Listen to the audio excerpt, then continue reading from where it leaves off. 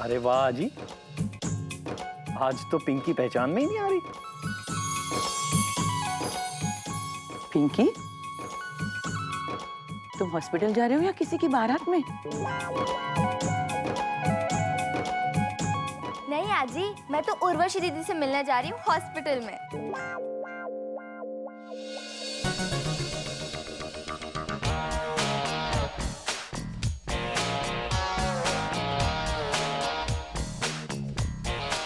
चले चलो ना, मैं तो कब से तैयार हूँ।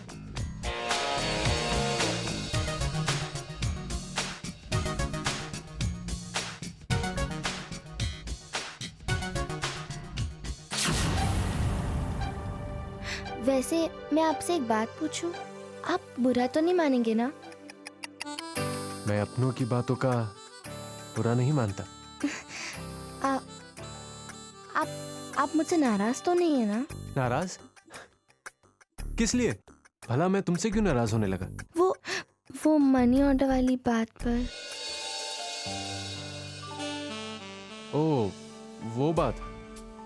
नहीं, मैं तुम पर नाराज नहीं हूं।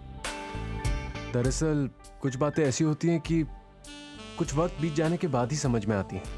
अब कल की बात ही ले लो, मैं पूरी रात नहीं सो पाया। यही सोच रहा था कि आखिर घर में चल क्या रहा है और हर हादसे का इशारा राधा की तरफ क्यों है। मैं कुछ समझी नहीं। कई बातें समझने तक बहुत देर हो जाती है।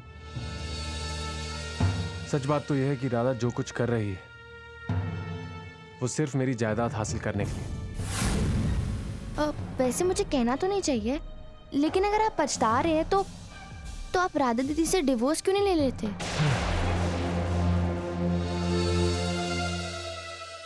सब कुछ सोच चुका हूं। डिवोर्स लेना होता तो अभी तक डिवोर्स ले भी चुका होता, लेकिन प्रिंसेस की वजह से रुका हुआ हूं। घर में प्रिंसेस की देखभाल करने वाला कोई है नहीं ना, और इस दुनिया में किसी पर आप ट्रस्ट नहीं कर सकते ना जो प्रिंसेस का भी ध्यान रखे और करोड़ों की प्रॉपर्टी भी संभाल ले, है ना?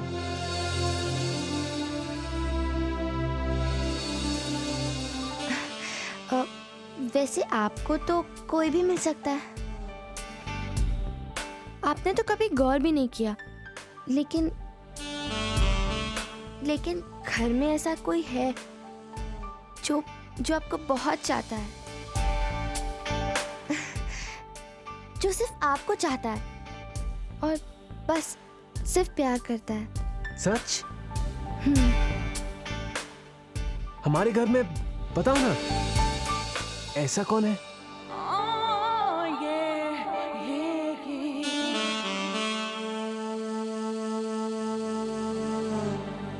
आपकी पिंकी।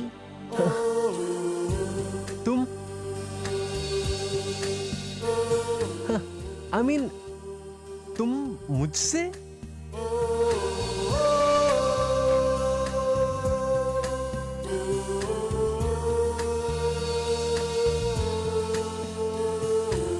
ऐसा लग रहा है जैसे मैं कोई ख्वाब देख रहा हूं। लेकिन एक वादा करो, जब तक मैं राधा को डिवोर्स नहीं दे देता तुम ये बात किसी से नहीं कहोगी। अब उर्वशी से भी नहीं। क्या पता उर्वशी को हमारा रिश्ता मंजूर हो या ना हो, है ना? हम लोग पहले कोर्ट मैरिज करेंगे, उसके बाद सबको बता देंगे। तुम्हें मंजूर है ना? मुझे सब मंजूर है श्लोक।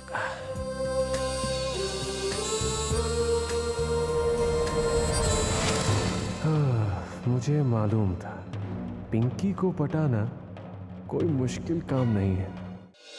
कितनी मुश्किल से उस डॉक्टर को राजी किया था। एक रात से ज्यादा मुझे यहाँ नहीं रुकना है, लेकिन उस डॉक्टर ने मुझे पूरे हफ्ते के लिए यहाँ फंसा दिया। पहले प्रेगनेंसी का नाटक का, अब ये मिसकैरेज का नाटक करते करते तंग आ गई हूँ मैं। पर इसमें डॉक्टर की क्या गलती दीदी? अब वैसे भी परिवार के सब लोग यही चाहते थे कि जब तक पूरी तसल्ली ना हो तब तक आप हॉस्पिटल में ही रहो। अच्छा, परिवार के लोग ये चाहते हैं? अरे क्या बात है, बहुत प्यार आ रहा है उस परिवार से। हाँ,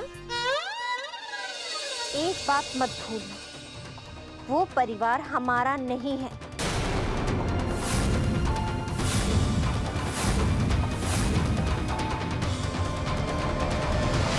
दीदी लेकिन आपको यकीन तो है ना कि वो सोनालिका दीदी परिवार के सामने कुछ बोलेगी नहीं?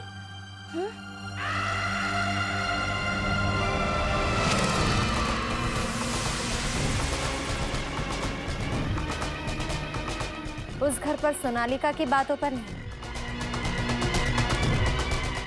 मेरी बात पर यकीन किया जाए।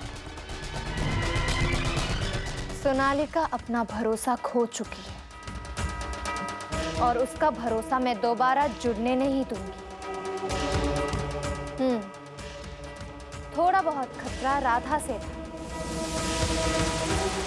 लेकिन वो भी अब खत्म हो चुका है, क्योंकि राधा ने भी मेरे सामने घुटने टेक दिए।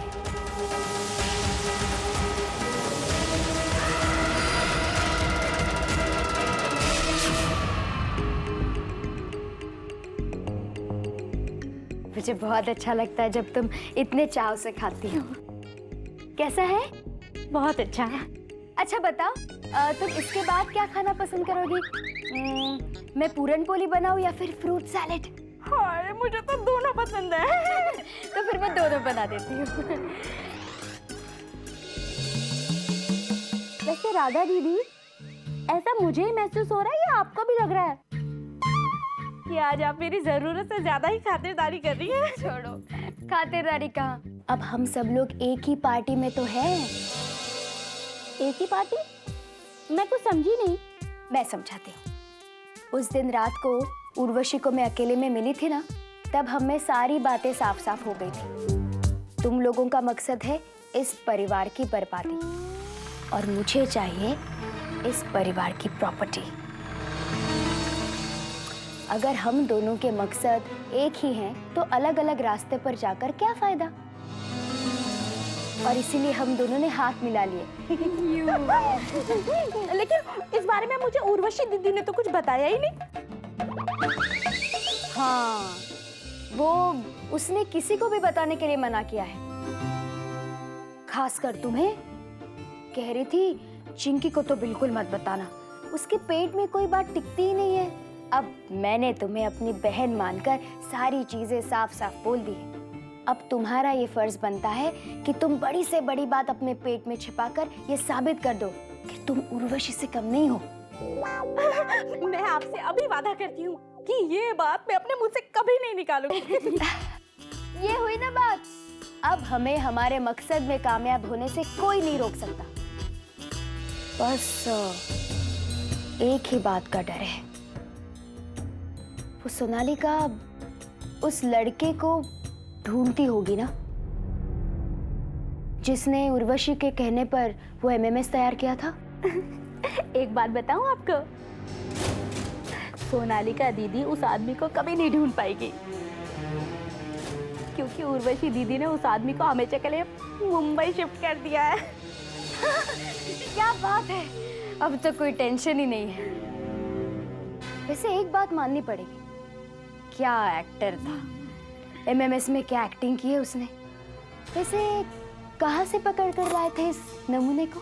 वो हमें ना रंगमंच के रामलीला मंडल में मिल गया।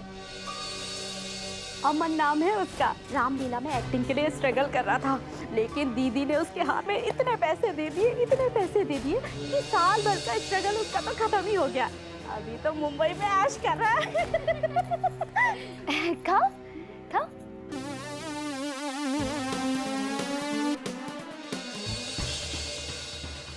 मुझे मालूम था चिंकी को विश्वास में लेना कोई मुश्किल काम नहीं।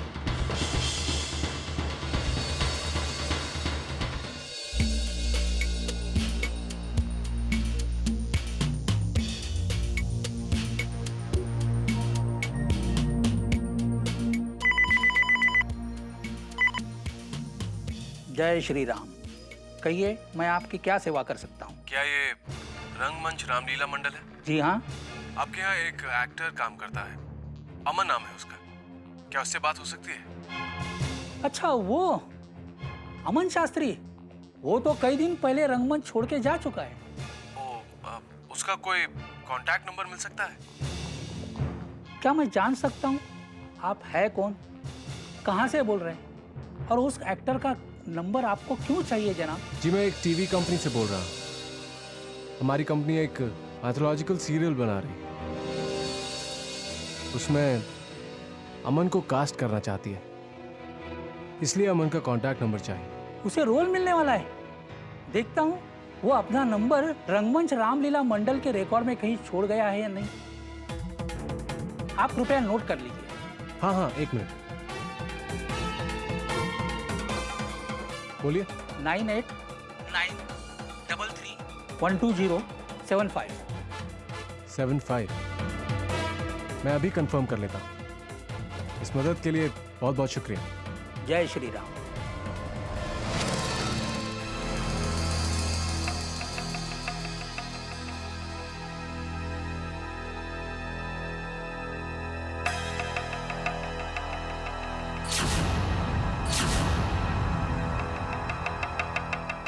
हेलो, क्या आप अमन बोल रहे हैं? जी हाँ, मैं अमन ही बोल रहा हूँ।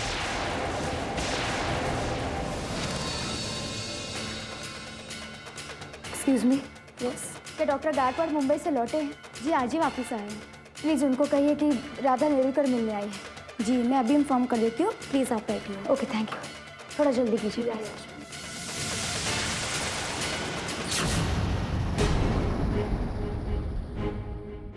दीदी, आपके लिए खाना लगा है।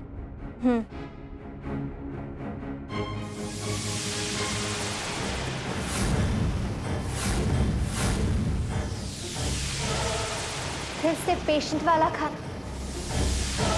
ये दही, ये राइस, ये सड़ा हुआ सा सूप।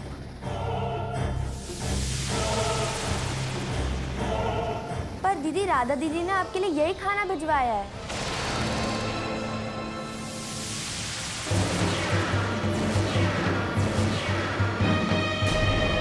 ऐसा खाना खाते खाते मैं सचमुच पेशेंट हो जाऊंगी, बीमार हो जाऊंगी एक दिन।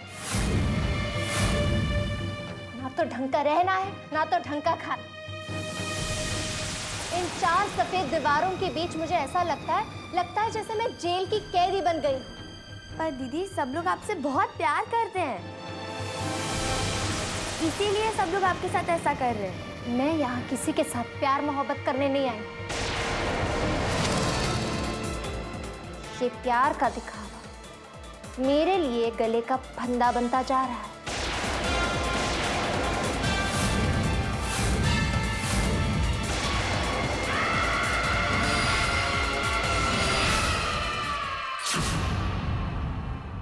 ये लीजिए। Okay,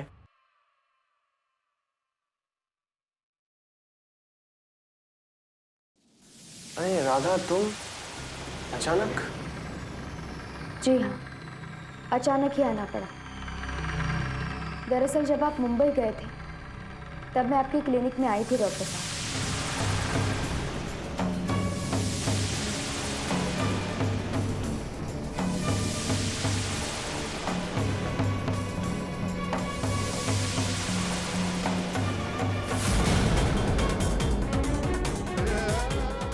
pregnancy report is negative.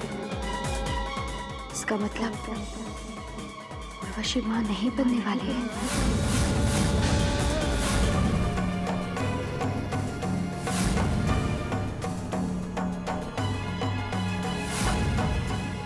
और जहां तक मैं आपको जानती हूँ, आपने कभी झूठ का साथ नहीं दिया है।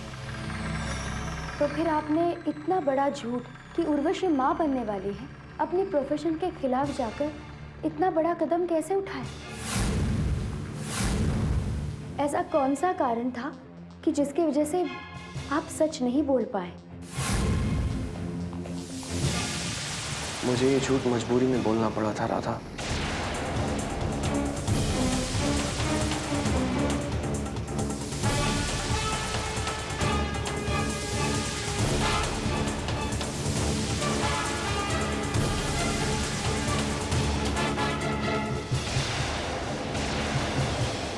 अब इन हालात में मेरे पास और कोई रास्ता नहीं बचा था राधा। तो अब मैं आपको रास्ता दिखाने में मदद करती हूँ। आप हमारे साथ सच्चाई का साथ देंगे डॉक्टर? क्या आप सबके सामने ये सच्चाई कहने के लिए तैयार हैं कि उर्वशी कभी प्रेग्नेंट थी ही नहीं? मैं सच का साथ देने को तैयार हूँ। I am ready. Thanks a lot doctor, आपसे यही उम्मीद थी।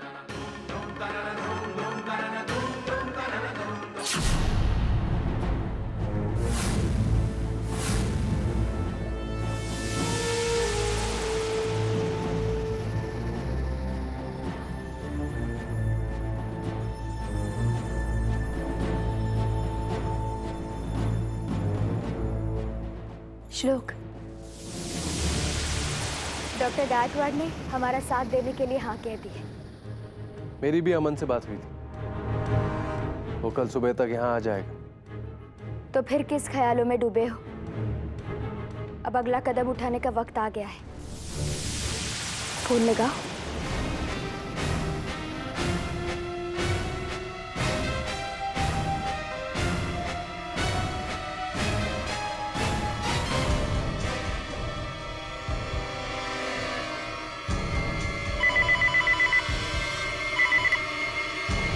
Hello, yes doctor Sharma speaking. Doctor Sharma, मैं नेरुलकर ग्रुप ऑफ कंपनी से श्लोक नेरुलकर बोल रहा हूँ। आपकी पेशेंट उर्वशी का तेवर हॉस्पिटल में एक बार मिल चुके हैं हम लोग। जी हाँ, याद आ गया। कहिए, कोई काम था मुझसे? आपको ये इन्फॉर्म करने के लिए फोन किया था कि आप सोच लीजिए, डॉक्टरेट का प्रोफेशन खत्म होने के बाद आप क्या करना चाहते हैं, क्योंकि बाद में ना जाने सोचने का वक्त मिले या ना मिले।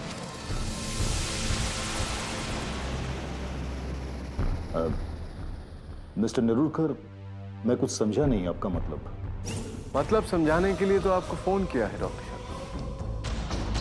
गायनेकोलॉजिस्ट डॉक्टर गायकवाड़ उर्वशी की असली रिपोर्ट्स देने के लिए तैयार हो गए। 20 दिन पहले उन्होंने उर्वशी के टेस्ट किए थे और उस रिपोर्ट के मुताबिक उर्वशी कभी प्रेग्नेंट थी ही नहीं। जब मीडिया में ये बात सामने आएगी और साबित होगी, झूठे अबॉर्शन का केस आप पर फाइल होगा। आपका वर्क परमिट भी कैंसिल हो सकता है। हाँ, लेकिन मुझे अब भी आपके करियर की चिंता हो रही है डॉक्टर शर्मा।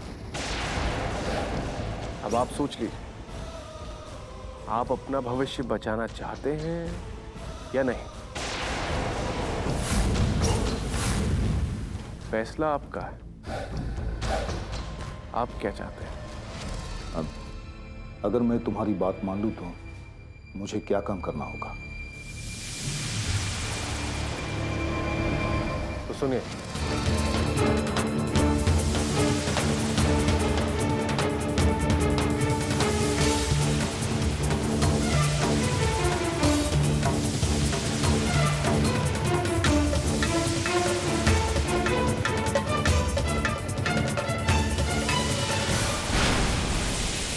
ठीक है मिस्टर नेरुलकर, मैं आपका पूरा साथ दूंगा। तो ठीक है, काम का वक्त और तारीख मैं आपको इन्फॉर्म कर दूंगा। Bye bye bye.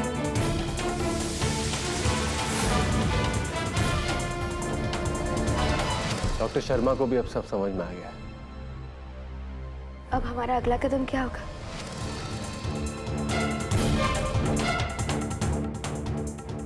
मौके का इंतजार। आई कब घर में अकेली, उस मौके का इंतजार।